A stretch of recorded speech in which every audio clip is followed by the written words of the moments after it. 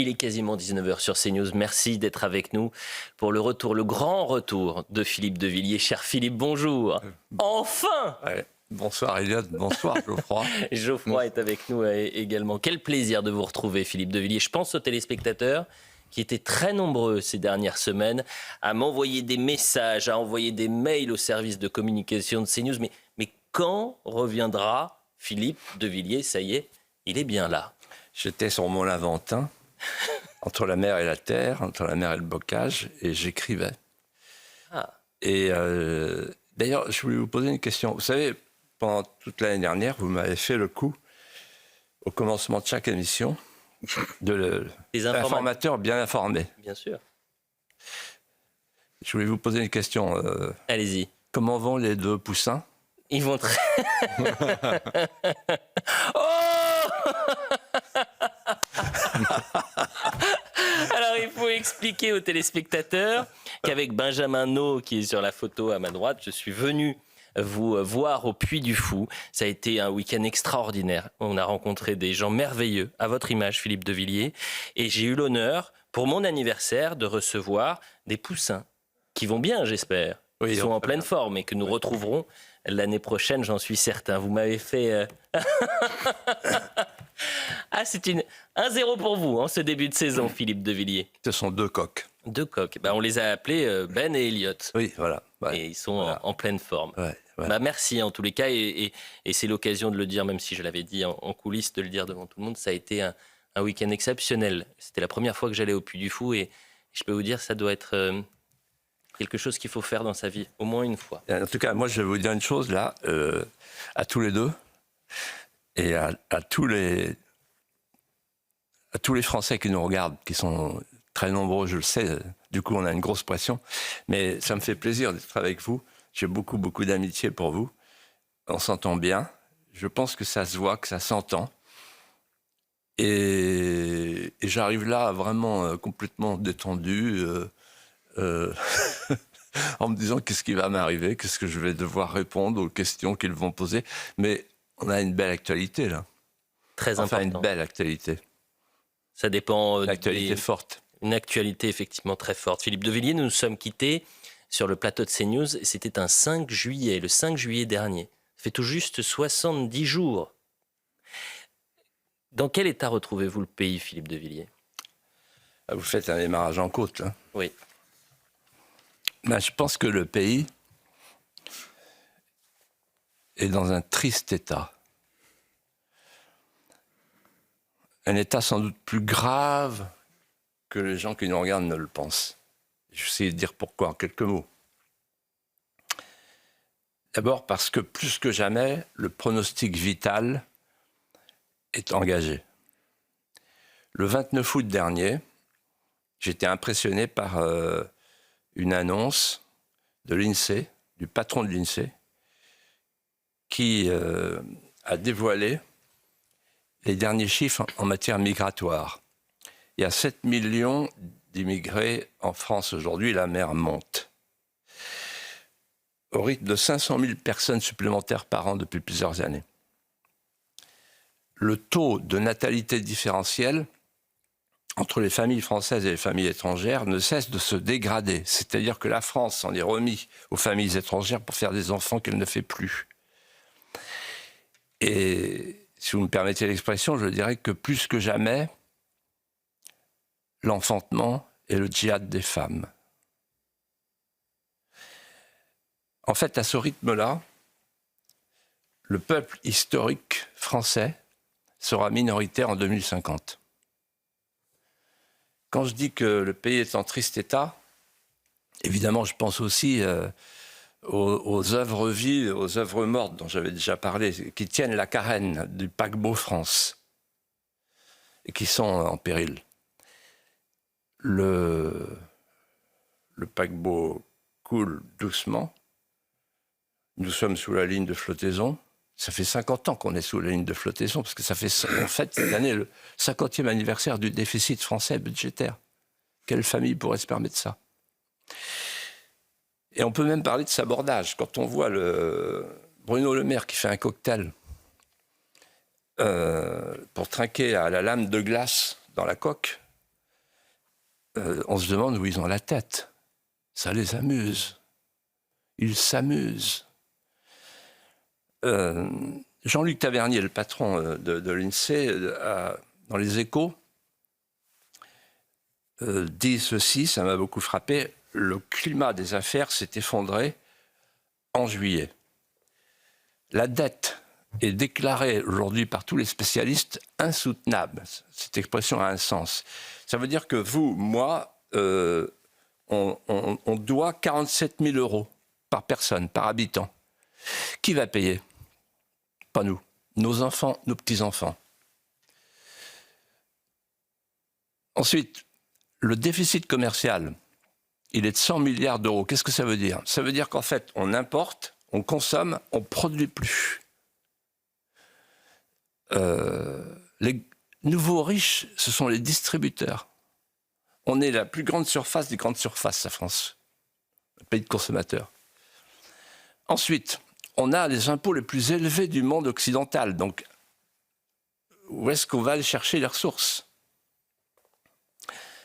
Et enfin, alors là, c'est vraiment pathétique. Quelle humiliation. La France fait l'objet d'une procédure de déficit excessif à Bruxelles. Donc, il n'y a qu'une solution pour rétablir les comptes: trancher dans le vif. Rétablir les comptes, ça veut dire faire un effort colossal qui est tout à fait contradictoire avec les propositions de la plupart des partis politiques pour en rajouter, pour vider les caisses un peu plus. Et puis enfin, je dirais que j'ai déjà utilisé cette expression, mais elle est plus vraie que jamais: les murs porteurs s'effondrent. Et quand les murs porteurs s'effondrent, la maison s'écroule.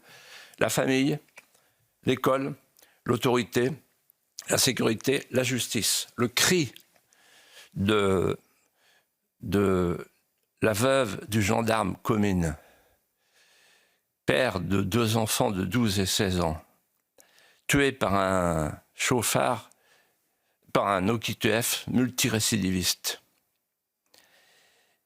Ce cri résonne dans nos cœurs meurtris, toujours. La France a tué mon mari par laxisme. Et pendant ce temps-là, pendant l'été, qu'est-ce que faisaient les leaders politiques? Ils étaient attablés, assis sur le pont du Titanic, à faire leur partie de cartes. Alors, pour la gauche, c'est plutôt la belote. Pour la droite, c'est plutôt le bridge. Mais ils sont d'accord pour tirer au sort. Ils ont finalement tiré au sort. Un d'entre eux, pour tenir la barre, ils ont pris un skieur de fond. Bon, ça peut marcher. Peut-être qu'on en parlera. Et pendant ce temps-là, on a le Mozart de la finance qui joue de la flûte au Havre avec Édouard Philippe. On a l'impression que tout ce monde-là continue à jouer. Il s'occupe d'eux. Il ne s'occupe pas de la France. En tout cas, pas assez de la France. La France, aujourd'hui, elle réclame des mesures de salut public pour survivre. Vous avez abordé justement le sujet Michel Barnier. Il est donc, vous le savez, le nouveau Premier ministre. Ses premiers pas à Matignon ont été bien accueillis par les Français. Mais avant de parler de l'homme politique, revenons sur l'homme, Philippe de Villiers, l'homme que vous connaissez bien. Qui est Michel Barnier, Philippe de Villiers? Alors, je vais d'abord dire que j'étais comme vous, sans doute, et comme tous les Français qui nous regardent, soulagé. Parce qu'on a failli avoir un croque-mitaine de la Mélenchonie, quand même. Et quand vous cauchemardez et que vous vous réveillez le matin, vous êtes prêt à manger des nouilles. En fait, j'ai regardé la passation de pouvoir. Elle m'a beaucoup frappé, c'était un chef-d'œuvre. Il y avait tout. L'Ancien Monde, le Nouveau Monde, la presse a dit tout ça, mais je vais aller plus loin. Avec quelques images. On avait un jeune Mirliflor de Saint-Germain, un communicant, et on avait un marathonien des neiges. Et quand ils ont commencé à parler, on avait l'impression d'avoir un caniche d'appartement qui jappait dans les jambes du chien d'avalanche lesté de gravité dans le Petit Saint-Bernard. Je connais très bien Michel Barnier. Depuis longtemps, on a été président d'un conseil général en même temps, pendant un quart de siècle. Il est aussi savoyard que je suis vendéen. C'est un enraciné. pour moi, c'est un compliment. Et j'ai des bons souvenirs de lui. Premier bon souvenir, les Jeux Olympiques de 1992, il m'avait invité avec mon épouse. Et là, on a fait la connaissance d'un homme extraordinaire qui a beaucoup manqué aux Jeux Olympiques cet été, Jean-Claude Kelly, qui est devenu un ami personnel. C'était un grand succès, les Jeux Olympiques de 92. C'est Michel Barnier et Jean-Claude Kelly. Ensuite, j'ai un deuxième souvenir où il a montré du courage. Le 14 juillet 1989. Et on découvre les photos en même temps. Oui, le 14 juillet 1989, j'ai souhaité qu'il y ait une messe au Puy du Fou, dans la cour du Puy du Fou, dans la cour d'honneur du Puy du Fou, une messe de réparation pour les crimes perpétrés par l'idéologie révolutionnaire à l'endroit de la Vendée. Et j'avais invité quelques amis, ils sont venus. Il y avait Charles Millon, il y avait François Fillon, et il y avait Michel Barnier, d'ailleurs, qui est à côté de la maréchale de Latte, une amie de ma famille. Et donc, il était là. Donc, c'est un homme courageux, qui est capable d'aller à contre-courant, comme vous pouvez le constater. Et puis, le troisième souvenir, un jour, il me dit « Tiens, je viendrai bien à ta journée de l'arbre ». Il est venu le 25 novembre 1993. On a planté des arbres ensemble à Saint-Fulgent. Et en fait, là, je connaissais l'homme. C'est un homme qui est attaché à l'écologie, qui est hostile aux éoliennes, parce qu'il est très attaché au paysage. Voilà. Donc, moi, je pense du bien de l'homme. L'homme, il est bienveillant, il est élégant, et je dirais autre chose, il passe ses vacances en Vendée. Donc, il a du goût. On a parlé de l'homme, on va parler à présent de l'homme politique. Vous l'avez à plusieurs reprises affronté, Philippe de Villiers, avec comme point de divergence majeure l'Europe. Nous sommes en 2005, et qui dit nouvelle saison dit nouvelles archives. Nous sommes en 2005, à quelques jours du référendum, et vous interpellez les partisans du oui au référendum, à la Constitution. Monsieur Oui, il s'avère que l'un de ses partisans s'appelle Michel Barnier. Regardez cette séquence très éloquente. Dis non 2 fois à cette Constitution. Non à cette Constitution qui dessine un espace mondialisé sans limite géographique, sans frontières, sans protection, mais dans lequel, virtuellement, il y a déjà la Turquie. Et deuxièmement, non à cette Constitution qui dessine un monstre bureaucratique qui sera dominé par des juges, des commissaires et des banquiers lointains et incontrôlables, et dans lequel, ce monstre bureaucratique, eh bien, le peuple français perdra la liberté de ses choix fondamentaux, à commencer par sa politique étrangère. Et donc, je pense qu'il ne faut pas dire où c'est l'Europe, où c'est la France. Moi, je ne suis pas prêt à brader la France. Moi, je n'accepte pas de recevoir des leçons de patriotisme de Philippe de Villiers. Ah, mais ce n'est pas une leçon. Non, mais c'est un peu le ton que vous avez de donner des leçons. Moi, je n'accepte pas de telles leçons. Et moi, je fais un choix différent. Il est entre une Europe européenne, indépendante, qui sait ce qu'elle veut, qui a ses alliances et qui les respecte. L'alliance, ce n'est pas l'allégeance.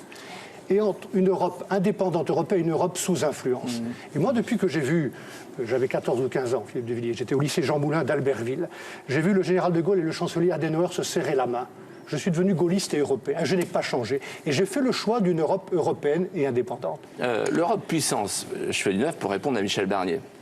Pour que l'Europe soit une puissance, il faut qu'elle ait une première caractéristique, c'est qu'elle soit indépendante, effectivement. Une Europe indépendante, une Europe européenne, et troisièmement, vous avez cité le général de Gaulle et on peut citer le traité de Rome. Il faut une Europe qui soit protectrice de notre sécurité et de nos emplois. Souvenez-vous, la préférence communautaire, le marché commun, des mots qui ont disparu dans cette Constitution, puisque toute l'idéologie de l'Europe de Bruxelles aujourd'hui, on le voit avec les déclarations des commissaires, c'est une Europe libre-échangiste qui ne se protège plus et qui pousse toutes nos entreprises à crever ou à se délocaliser.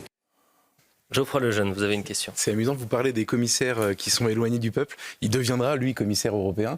Vous avez dit tout le bien que vous pensez de l'homme. Et que pensez-vous de l'homme politique ? Alors, Vous vous souveniez de ce débat ? non, pas du tout. Non. Mais en revanche, c'est d'une actualité brûlante. Ouais. Alors, il faut bien situer ce débat. C'est quelques jours avant le 29 mai 2005. Je me souviens de cette date du 29 mai parce que c'est la prise de Constantinople. Donc Chirac avait eu la bonne idée, étant un culte historiquement, de mettre le référendum le jour de la prise de Constantinople. C'est tout un symbole au moment où il voulait faire entrer la Turquie dans l'Europe. Et donc là, on s'est affrontés. Il y avait le oui, avec Michel Barnier, Daniel Cohn-Bendit, François Bayrou, là, qui boit un coup. Et en face, il y avait moi et quelques autres, oui. Dont Laurent Fabius, d'ailleurs. Il était pour le oui. Voilà.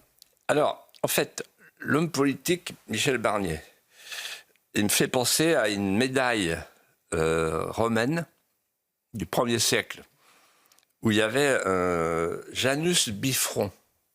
C'est un Janus à 2 têtes. On a eu la première tête, puis la deuxième tête. On a eu la première tête, le Michel Barnier, européiste. Alors, à l'époque, il était migrationniste. Il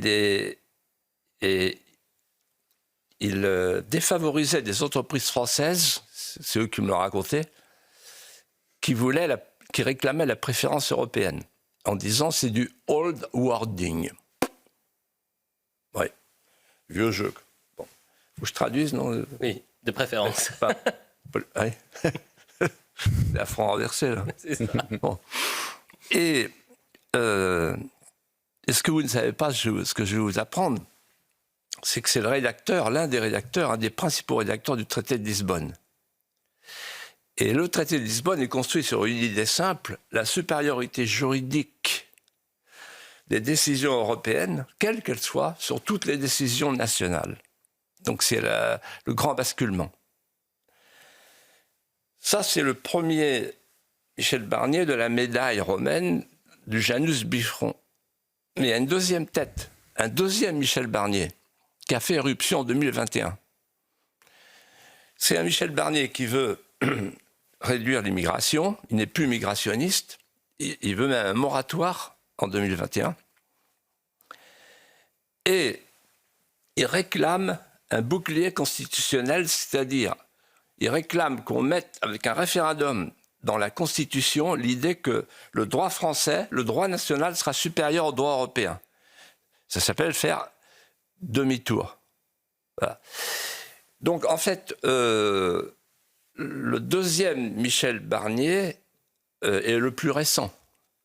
Et quand quelqu'un change d'avis, il vaut mieux prendre la position la plus récente, mais ce n'est pas garanti.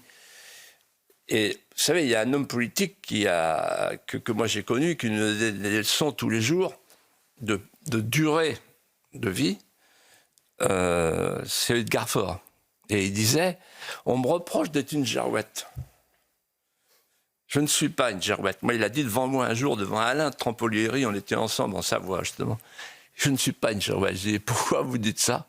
Il dit, parce que c'est pas moi qui tourne, c'est le vent. Et je pense que vous avez tout dit là-dessus.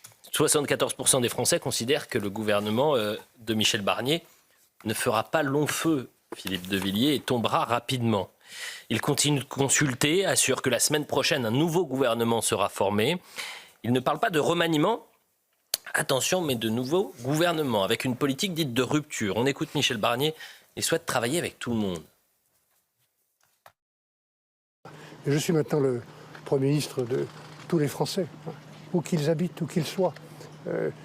Ici, bien sûr, en métropole, outre-mer, dans les outre-mer, et puis les Français et l'étranger. Je vais constituer le gouvernement la semaine prochaine, avec des ministres sérieux, et un gouvernement qui sera équilibré, représentatif, pluriel. Philippe de Villiers, Michel Barnier peut-il réussir?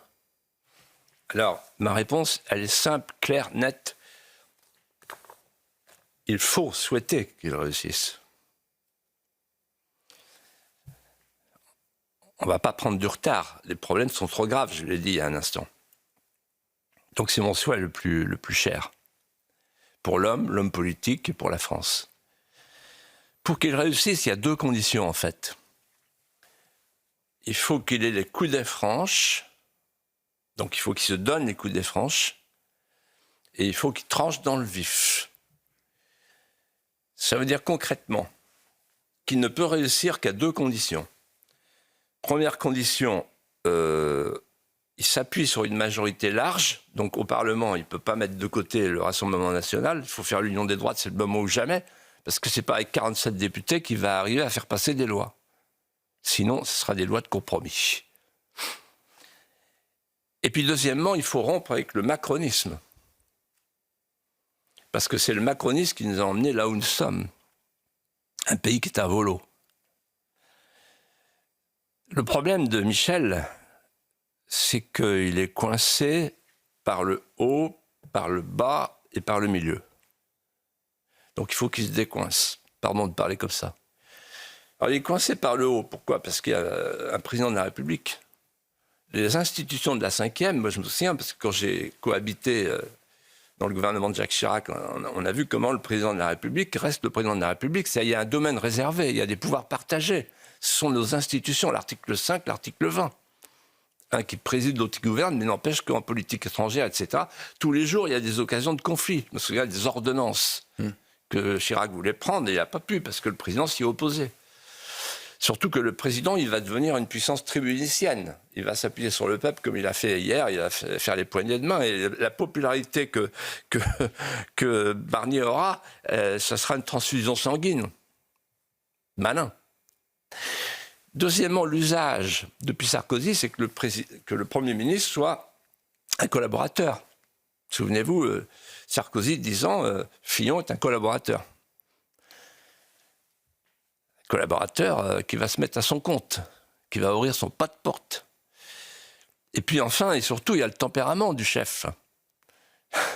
Emmanuel Macron, tel qu'on le connaît, n'est pas du genre à suivre l'instruction des légistes qui disait donner et retenir ne vaut. Il va tout retenir. Il ne peut pas s'empêcher, ça va durer au bout de 3 semaines. Donc il est coincé par le haut. Après, il est coincé par le bas. Ça tombe sous le sens puisqu'il n'a pas de majorité. Donc quand vous ajoutez Liot, 22 députés, les Républicains, 47, plus le bloc central, le fameux bloc central de la Macronie, on arrive à 235, sauf erreur de ma part. Or, la majorité absolue, elle est à 289. Donc, qu'est-ce qui risque de se passer ? Il va devoir faire du marivaudage politique. Vous savez ce que c'est, le marivaudage politique ? Il pèse des œufs de mouche dans des balances de toiles d'araignée. Et à la fin, il ne se passe rien. Et puis, troisièmement, il est coincé par le milieu médiatique qui va lui donner des injonctions. Vous avez vu comment il dit « Ah, vous voulez faire un ministère de l'immigration, hein, voilà, fasciste, fachosphère, CNews. » Voilà. Et là, tout le monde tremble. Et puis la République des juges. Il y a 5 cours suprêmes qui l'attendent. Donc la moindre mesure sur l'immigration, le regroupement familial, etc., elle sera évidemment retoquée.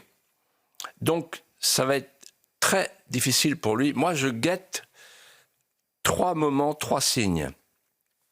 Un signe de liberté, un signe de rupture et un signe de courage.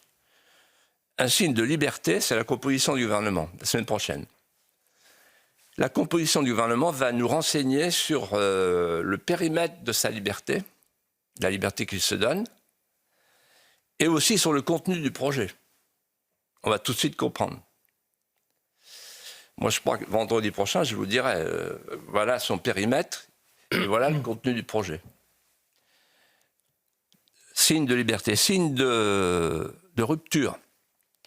Personne n'en parle, mais moi j'ai tout de suite pensé, c'est la loi sur l'euthanasie. Il va la faire ou il ne va pas la faire ? S'il la fait, il se met lui-même une piqûre létale à lui et à son gouvernement. Parce que ses électeurs ne le suivront pas. Ça voudra dire qu'en fait, il fait ce que Macron demande. Et puis en fait, le signe de courage, ça va être le budget. Parce que là, pour le budget, il va falloir trancher dans la dépense. On a une croissance très faible. On a des recettes qui titubent. Évidemment, la solution de facilité, c'est d'augmenter les impôts. S'il fait ça, il est mort, politiquement. Et donc, il n'y a qu'une solution. C'est la dépense publique. Et là commence l'acte de courage.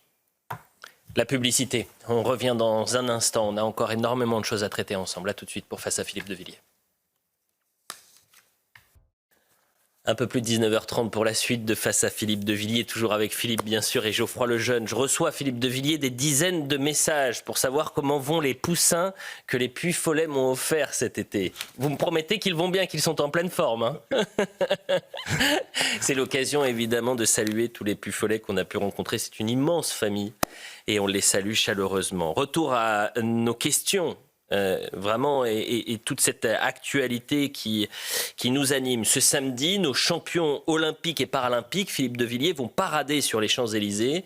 Ceux qui ont participé au bon déroulement de l'événement, bénévoles, staff, forces de l'ordre, sécurité civile, sont eux aussi invités. Geoffroy Lejeune, vous avez une question pour Philippe de Villiers à ce propos. Bah oui, moi j'ai beaucoup pensé à vous cet été en regardant les Jeux Olympiques parce que vous êtes un passionné de sport, vous nous en parlez quand même souvent ici. Et je voulais savoir si, comme d'ailleurs on l'a beaucoup entendu, vous avez, comme les Français, vibré vous aussi pendant ces Jeux Olympiques. Est-ce que vous avez eu la passion pour les champions, les médailles, etc. Oui, parce que en fait, depuis que je suis tout petit, les Jeux, c'est ma deuxième culture. Je me souviens de la victoire de Colette Besson. Et j'ai eu une communication avec son mari il y a peu de temps parce qu'elle est décédée, malheureusement. C'est une fille extraordinaire. Je me souviens que j'ai pleuré lorsque Michel Jazzy a perdu. Il n'était que médaille d'argent. Et je me souviens d'Alain Mosconi, et là, du coup, je me suis souvenu, là, j'ai vu Alain Mosconi qui était médaille d'argent, et on pleurait de joie. Mais on ne savait pas qu'un jour, il y aurait Léon Marchand qui ferait tout exploser, voilà. Et moi, ce qui m'a frappé, c'est que, finalement, c'est l'expression « la parenthèse enchantée ». Et en fait, je me suis dit, pourquoi c'est une parenthèse enchantée pour les Français ? Pour deux raisons. La première, c'est que les partis politiques se sont tus. On avait l'impression que la politique politicienne s'était retirée sur les plages. Et puis la deuxième raison, c'est que on était à fond renversé par rapport à ce qu'on nous dit toute l'année, tous les jours. Là, on avait le droit d'être le meilleur. On avait le droit de ressentir la tension vers le meilleur. Là, il y avait des notes. Le collège unique était en vacances, en grandes vacances. Il y avait un podium, une estrade. Ah, les profs ont dû revivre la hiérarchie. Et puis, finalement, il y avait des médailles. Comme quand j'étais petit, moi, à l'école, il y avait des prix d'honneur à la fin de l'année. Donc, on n'est plus dans l'égalitarisme victimaire. Ensuite, il y a... on a loué le travail, l'effort, la volonté, l'endurance, la patience, autant de vertus civiques qui sont désuètes avec le nouveau monde. Ensuite, et surtout, j'allais dire, il y avait les drapeaux qui flottaient et on entendait les hymnes partout. En fait, les Jeux Olympiques célèbrent les nations, les patries, les attachements vitaux. Et enfin, et c'est sans doute le plus important, après le succès du film Un petit truc en plus, il y avait l'amour de la vie par-delà le handicap. C'est-à-dire, en fait, une manière de voir la société à rebours de l'eugénisme ambiant qui vise à éliminer le plus faible au début et à la fin de la vie. Et donc, oui, c'est une parenthèse enchantée. Philippe de Villiers, nous n'avons pas eu l'occasion d'en parler ensemble, mais ceux qui ont pensé, parce que là vous avez parlé de l'aspect sportif, ceux qui ont pensé la cérémonie d'ouverture des Jeux Olympiques le 26 juillet dernier, ont affiché publiquement leur souhait de produire un spectacle à l'inverse du Puy du Fou, un anti-Puy du Fou quasiment. Et c'est ce qu'assure l'historien Patrick Boucheron, et ce qu'il a assuré dans les colonnes du Grand Continent. Quand on nous pose la question de savoir si ce que nous avons fait est l'anti-Puy du Fou, nous répondons, pour simplifier, que oui. Parce que notre spectacle n'est pas contre-révolutionnaire, parce qu'il ne déroule pas l'histoire immobile d'une nation éternellement identique à elle-même, parce qu'il prend le pari d'une histoire en mouvement. Geoffroy Lejeune. Moi, ça fait 2 mois que j'attends de poser cette question. Qu'est-ce que vous avez à lui répondre ? D'abord, il faut rafraîchir la mémoire des téléspectateurs, parce que c'est loin maintenant. Je retiens quelques images sous vos yeux. D'abord, image qui a beaucoup choqué, la scène parodique avec les drag queens qui festoient et qui profanent le tableau célèbre du dernier repas fondateur d'une civilisation. On se permet ça avec le christianisme. Ils se sont permis ça, Macron et toute sa bande. Thomas Joly, Patrick Boucheron, le Collège de France, toutes nos élites. C'est amusant. Hein. Moi, ça ne m'a pas fait rire. Ensuite, Marie-Antoinette, décapitée, la tête dans les mains, le sang qui dégouline dans la Seine. On légitime de faire une Samuel Paty pour celles et ceux qui entravent la marche de l'histoire révolutionnaire. Et on légitime le féminicide pour la jante résiduelle des femmes de l'ancien temps. C'est horrible. Et puis alors, on passe au grotesque. Aya Nakamura, qui sort de l'Académie française, avant probablement d'y rentrer compte tenu de sa langue, et qui fait chanter Tcha-Tcha, Tcha-Tcha, à la garde républicaine, qui se contorsionne dans une danse du ventre pour célébrer la pluie qui tombe à grosses gouttes. C'est primitif, c'est somptueux, c'est la nouvelle France, la post-France. Alors vous me demandez ce que je dis à Patrick Boucheron, monsieur le professeur du Collège de France. Je voudrais vous dire merci. Merci parce que vous vous êtes vous-même défini, comme Eliot vient de le rappeler, comme un contre-modèle, un anti-modèle, avez-vous dit, un anti-Puy du Fou. Et ce faisant, vous avez rendu hommage au modèle, aux yeux de beaucoup de gens qui ne nous connaissaient pas, et qui sont venus ou qui vont venir en disant « Mais c'est quoi ce fameux modèle qu'on a voulu contrarier ?» Et donc vous avez érigé le Puy du Fou en une référence matricielle de l'hymne à la France de toujours. En fait, quand on voit les millions de gens qui viennent au Puy du Fou, on se dit la chose suivante. Le Puy du Fou est désormais, c'est une fierté, et je le dis avec beaucoup d'émotion, le Puy du Fou est devenu un des hauts lieux de la mémoire vivante du dépôt millénaire. Monsieur Boucheron, la multicénie qui nous a été administrée par vos soins, elle affichait l'allégorie de nos abaissements. La post-France que vous avez voulu représenter, elle ne va plus chercher ses prosopopées, ses romances dans nos souvenirs.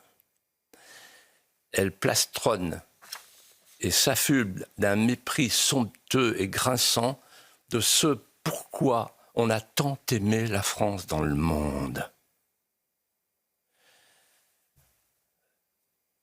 Et simplement, je voudrais vous dire ceci.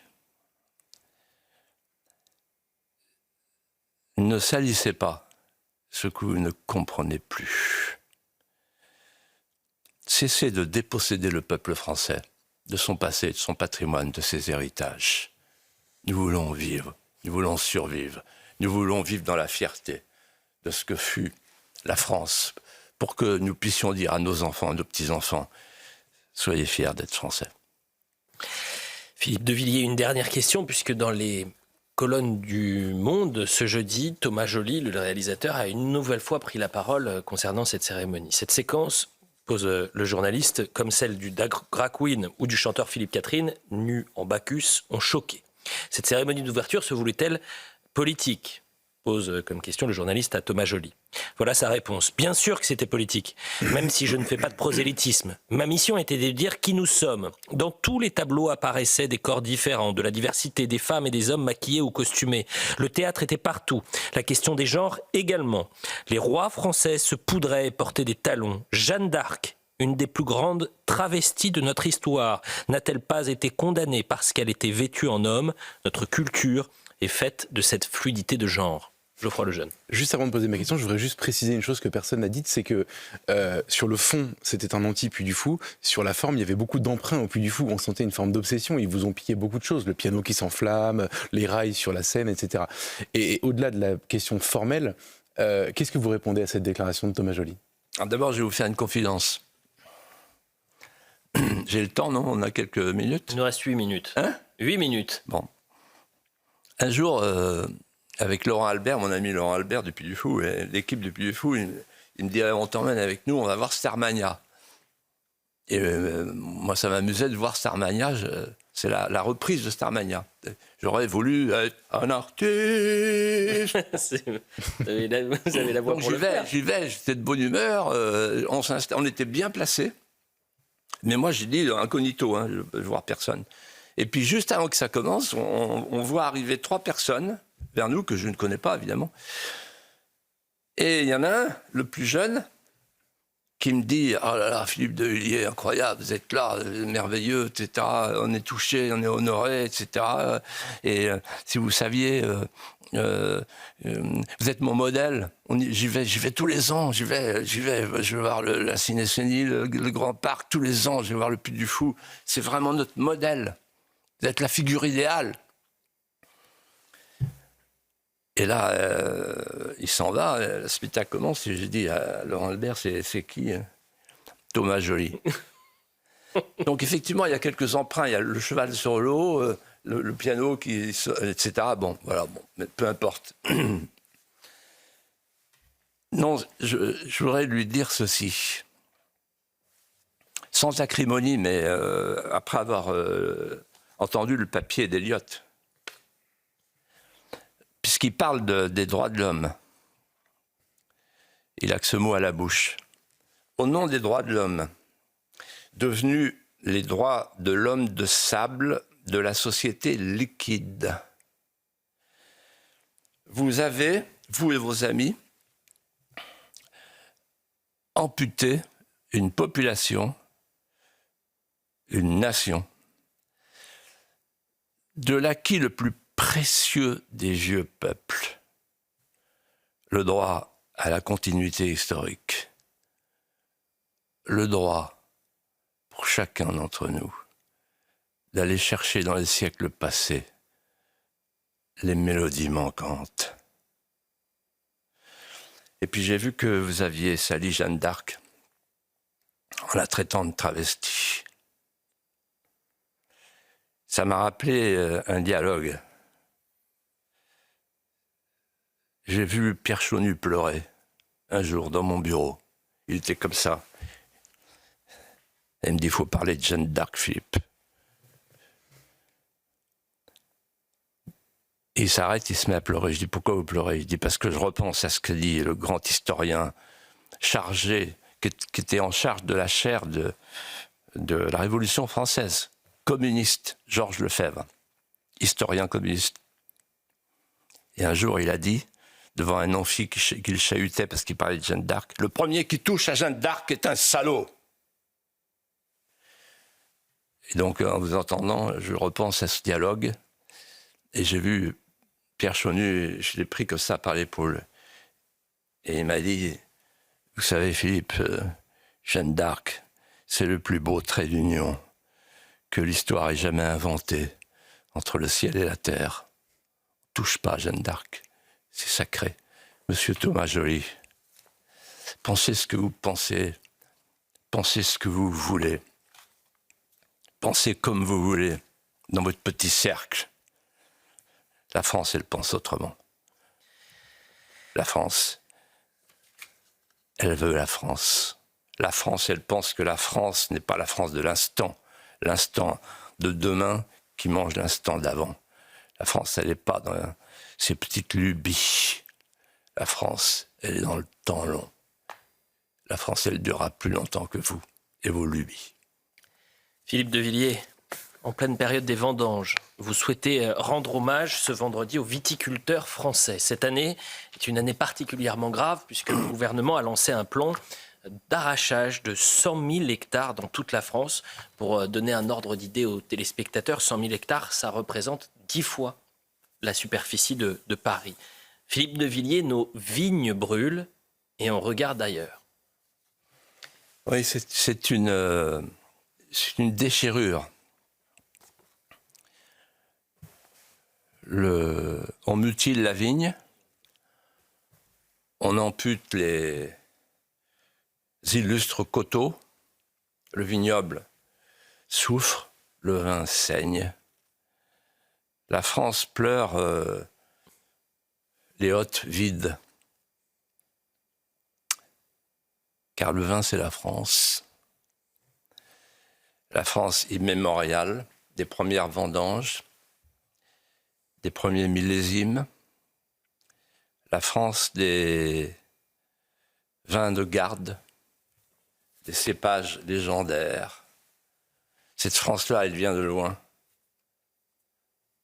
C'est une France qui est contemporaine du grégorien, qui a été racontée par Grégoire de Tours, qui rapporte la scène fameuse de l'évêque vigneron qui, le coutelas à la main, accueille le jeune chef de Tournai et à qui se confie en lui disant ceci. La vigne était mon destin. J'étais fait pour y vivre. Elle m'a appelé. Je suis passé du vignoble des raisins pourpres de mon père aux vignes du Seigneur. Vous savez, Clovis, dans notre religion, le vin est biblique et même christique. En fait, depuis toujours, le vin est intimement mêlé au corps de la France. La vigne et les pampres ont tissé avec notre peuple une histoire commune. Le vin est un agrément français. Il ne s'agit pas d'une culture bachique.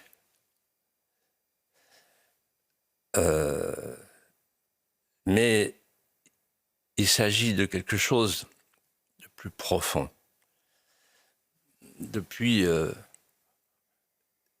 les premiers échauffements de gorge de Rabelais jusqu'aux chansons à boire de la Madelon, le vin, chez nous, est littéraire. On retient les vers et les vers nous retiennent.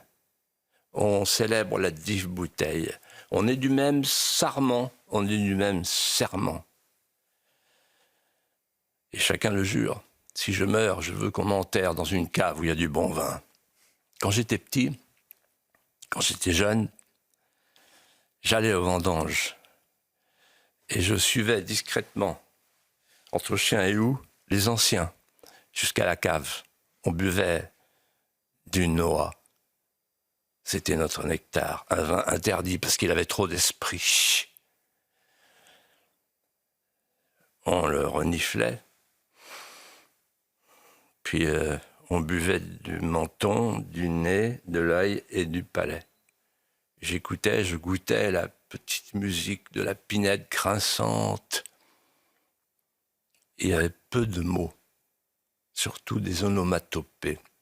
Et puis il y avait Eugène, le vigneron hors d'âge, qui faisait craquer ses genoux pour nous dire le temps qu'il ferait le lendemain, et qui remplissait nos verres, et qui énonçait une hypothèse qui convenait à la compagnie vieillissante. Je me souviens de ces mots qui portent la fin de ma vie. Il disait ceci: les gars, au chevet du vin, le temps s'endort. Alors, il se pourrait que quand on est à la cave, nous, les vieux, on vieillit moins vite. Voilà le secret. de ma conservation. Avec modération, bien sûr. Un grand merci Philippe de Villiers pour cette première de la saison. Un grand merci à vous Geoffroy Lejeune. Merci, Philippe. On se retrouve bien évidemment vendredi prochain. Dans un instant, c'est l'heure des pros. À tout de suite.